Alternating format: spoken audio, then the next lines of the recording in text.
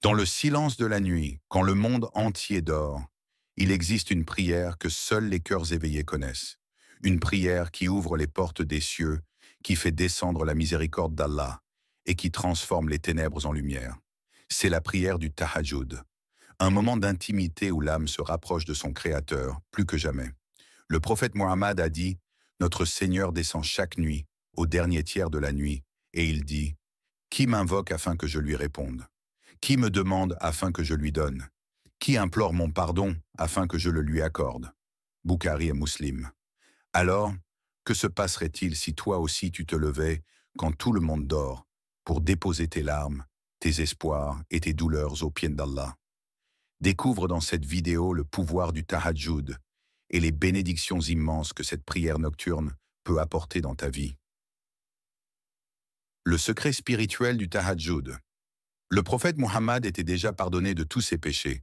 Il n'avait plus rien à craindre du châtiment. Il n'avait rien à prouver devant Allah. Pourtant, il se levait la nuit, jusqu'à ce que ses pieds enflent, marqués par la longue station dans la prière.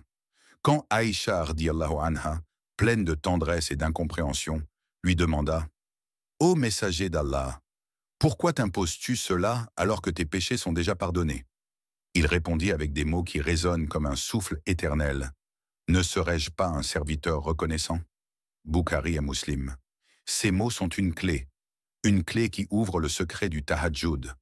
Ce n'était pas un devoir, c'était un besoin d'exprimer la gratitude, un besoin de se rapprocher, un besoin de goûter à une intimité que rien au monde ne peut offrir.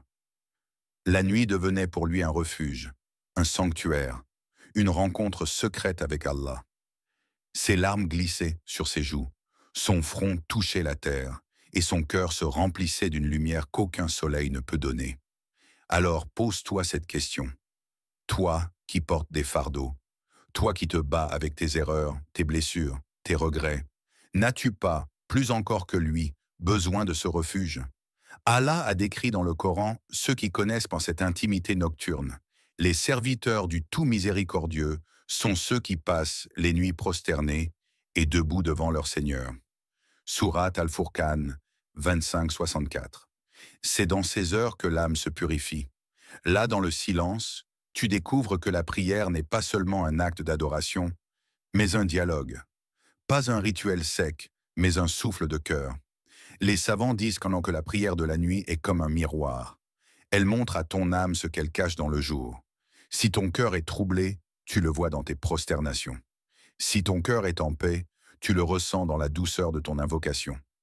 Il existe une sagesse subtile dans le fait que le Tahajjud se fasse quand tout le monde dort.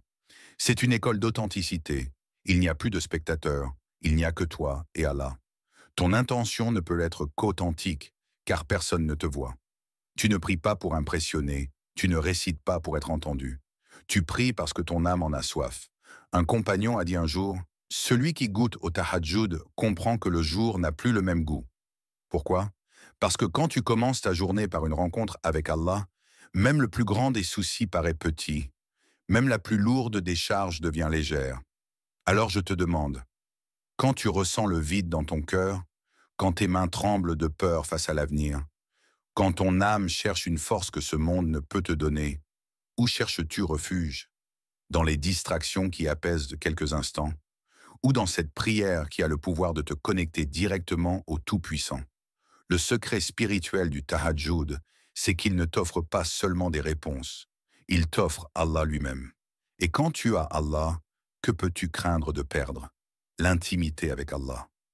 Il y a des moments dans la vie où l'on se sent terriblement seul. Même entouré, même aimé, il reste un vide intérieur que rien ne comble. C'est une solitude qui ne disparaît pas dans les foules, ni dans les plaisirs, ni même dans les paroles des proches. Et puis, il y a la nuit. La nuit, tout devient silence. Les maisons s'assoupissent, les lumières s'éteignent, et le monde entier tombe dans l'oubli du sommeil. Mais c'est là, précisément, que s'ouvre un secret, l'instant où Allah t'invite à être avec lui. Le prophète a dit: Notre Seigneur descend chaque nuit, au dernier tiers de la nuit, et il dit: Qui m'invoque afin que je lui réponde? Qui me demande afin que je lui donne? Qui implore mon pardon afin que je le lui accorde? Bukhari et Muslim. Pense-y un instant. Le Créateur des cieux et de la terre, celui qui dirige les galaxies, les océans, les étoiles et chaque battement de ton cœur, descend pour t'écouter, toi. Toi avec tes faiblesses, toi avec tes péchés, toi avec tes cicatrices que personne ne voit. Alors je te pose une question. Si Allah ouvrait pour toi les portes du ciel et qu'il t'écoutait à ce moment précis, que lui dirais-tu? Lui confierais-tu tes douleurs les plus secrètes? Lui parlerais-tu de ces blessures que tu caches derrière ton sourire? Oserais-tu déposer devant lui tes rêves que tu n'as jamais osé raconter à personne? Le tahajjud est cette intimité rare. Ce n'est pas seulement de la récitation. Ce n'est pas seulement un enchaînement de gestes. C'est une confession. C'est une conversation de l'âme. Dans tes prosternations, tu murmures ce que tu n'oses pas dire le jour. Dans tes invocations, tu verses les larmes que tu retiens devant les autres. Et dans ton silence, tu entends cette voix intérieure qui t'assure « Je suis avec toi, je ne t'ai jamais abandonné ». Allah dit dans le Coran « Et rappelle-toi ton Seigneur en toi-même, en humilité et crainte, sans élever la voix, le matin et le soir, et ne sois pas du nombre des insouciants. » Sourate Al-Araf 7:205. Chaque prosternation dans la nuit est comme un secret scellé entre ton âme et ton Créateur. Tu peux parler aux gens, mais tu sais qu'ils ne comprennent pas toujours. Tu peux pleurer devant eux, mais tu sais qu'ils ne peuvent pas guérir tes blessures. Mais devant Allah, chaque larme est recueillie, chaque mot est entendu, chaque silence est compris. As-tu déjà ressenti cela? As-tu déjà eu ce moment où, en plein milieu de la nuit, tu te lèves, tu poses ton front sur la terre froide et tu sens ton cœur s'ouvrir comme jamais? C'est comme si le monde disparaissait, comme si les murs de ta chambre n'existaient plus, comme si tu étais seul dans l'univers et que devant toi ne restait qu'Allah. Il y a dans le tahajjud une douceur qu'on ne peut expliquer à celui qui ne l'a jamais goûté. Certains disent que c'est comme une brise qui traverse l'âme. D'autres disent que c'est une force qui renaît dans le cœur fatigué. Mais tous ceux qui ont goûté au tahajjud savent, c'est un amour. Un amour qui dépasse tout ce que l'on peut vivre dans ce monde. Alors, pourquoi rester dans le lit quand ton Seigneur t'appelle? Pourquoi fermer les yeux quand les portes du ciel s'ouvrent pour toi? Pourquoi priver ton âme de ce secret alors qu'Allah te dit « Invoquez-moi, je vous répondrai ». Sourate Ghafir 40-60. Histoire de ceux qui ont goûté au tahajjud. On raconte qu'un compagnon passait une grande partie de ses nuits en prière. Ses voisins, touchés par la beauté de sa récitation, disaient « Nous ne dormons pas à cause de lui ». Mais quand on le complimentait, il répondait avec humilité « Je ne prie pas pour que les gens m'entendent. Je prie parce que la nuit est mon secret avec Allah ». Il y a dans le tahajjud un parfum d'authenticité. Personne ne te regarde, personne ne t'applaudit. C'est un rendez-vous caché, une intimité que même les proches ne peuvent le partager. Un homme vint un jour voir Hassan al-Basri, rahmahullah, et lui dit « Je veux prier la nuit, mais je n'y arrive pas. » Hassan répondit « Ce sont tes péchés qui t'ont enchaîné. » Comme pour dire que chaque nuit est un test. Si ton cœur est alourdi par la négligence, il dort. Mais si ton cœur est léger par le rappel d'Allah, il se lève. Allah décrit ces âmes éveillées. Ils s'arrachent de leur lit pour invoquer leur Seigneur, par crainte et par espoir. Sourate As-Sajda, 13 Shais Prezech. Et toi, si Allah t'accordait une seule nuit où ton cœur se brise en prosternation, une seule nuit où tes larmes deviennent prières, peut-être que ton destin tout entier changerait. Le pouvoir transformateur du tahajjud. Le tahajjud n'est pas une simple prière de plus dans ta vie. C'est une école de transformation. Chaque fois que tu te lèves dans le silence de la nuit, tu changes un peu. Chaque prosternation au milieu de l'obscurité laisse une trace invisible, mais réelle dans ton cœur. Allah dit dans le Coran, « La prière de la nuit est plus efficace et plus marquante dans la récitation. » Sourate Al-Muzammil 73-6. Pourquoi plus efficace? Parce que la nuit est un miroir. Le cœur est libre des distractions, les pensées du jour se taisent, et ton âme se révèle telle qu'elle est. Dans la solitude, tes invocations montent plus haut, ta sincérité devient plus pure, et ta foi se fortifie. Le tahajjud transforme d'abord ta relation avec Allah. Il t'apprend que la dépendance aux créatures est une illusion.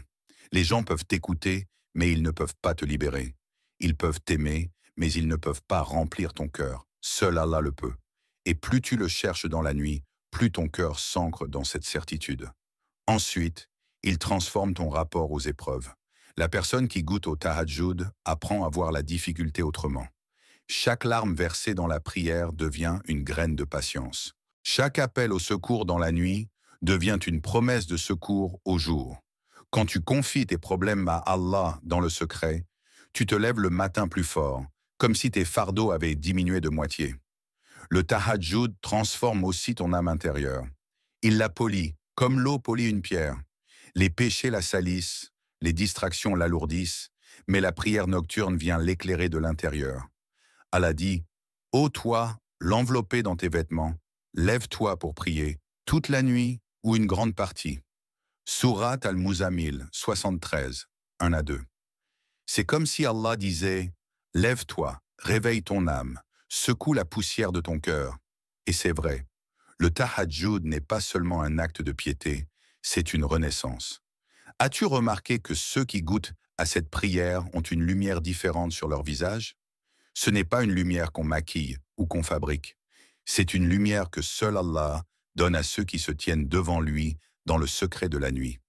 Le prophète a dit, « Dans le paradis, il y a des chambres dont on voit l'intérieur depuis l'extérieur et l'extérieur depuis l'intérieur. » Allah les a préparés pour ceux qui donnent à manger, qui parlent avec douceur, qui jeûnent régulièrement et qui prient la nuit pendant que les gens dorment. Ahmad, ne ressens-tu pas en toi ce désir de faire partie de ceux qui se lèvent, même pour 2 unités de prière, même pour quelques minutes? Alors pose-toi une question claire. Si tu savais que le secret de ton apaisement, de ta réussite, de ton pardon et de ton bonheur éternel se trouvait dans ce dernier tiers de la nuit, continuerais-tu à dormir? Ou choisirais-tu de te lever, de briser ton confort et de rencontrer Allah dans l'intimité? Car le tahajjud n'est pas seulement une prière, c'est une école de liberté, de force et de lumière, et chaque nuit est une nouvelle chance d'y entrer. Le tahajjud n'est pas une prière comme les autres, c'est une invitation, une porte qui s'ouvre chaque nuit, discrète, invisible aux yeux du monde, mais immense pour l'âme qui sait la franchir. Allah dit dans le Coran, « Et pendant une partie de la nuit, lève-toi pour prier, surérogatoire pour toi. Ton Seigneur pourra ainsi t'élever à une station de gloire. » Surat Al-Isra 17, 79. Ce verset révèle le secret.